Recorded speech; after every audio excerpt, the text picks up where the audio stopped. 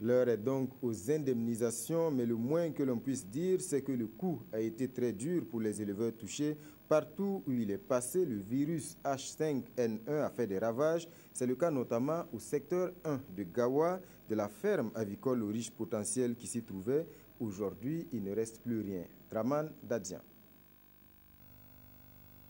Une ferme avicole totalement déserte. Nous sommes au secteur 1 de Gawa, dans la ferme jadis dénommée la Grâce Divine. Et par là, c'était disposé des pondoirs où les poules pouvaient pondre, ainsi que vers là. Et on avait attaché les mangeoires ici, les abreuvoirs, et puis ça s'alimenter et puis s'abreuver.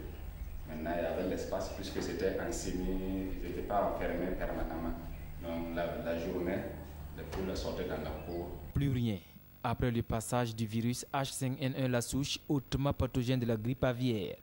Plus de 400 poules de cette ferme ont été décimées, la centaine de volailles restantes et environ 400 œufs ont aussi été incinérés le 16 avril dernier, suivi de la désinfection des lieux. Et ce, dans le cadre de l'opération Riposte pour freiner l'épidémie de la grippe aviaire. Effectivement, on était indemnisés et on salue l'effort du gouvernement de nous accompagner, même si cela ne compense pas totalement la perte, mais ça constitue au moins un fonds déjà de départ. Autour de ma famille, il y a 3 familles qui vivaient directement de la ferme.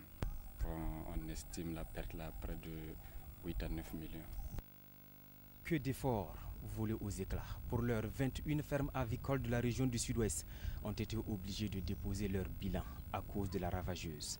La grippe aviaire est une maladie infectieuse très contagieuse qui affecte les oiseaux sauvages, la volaille domestique.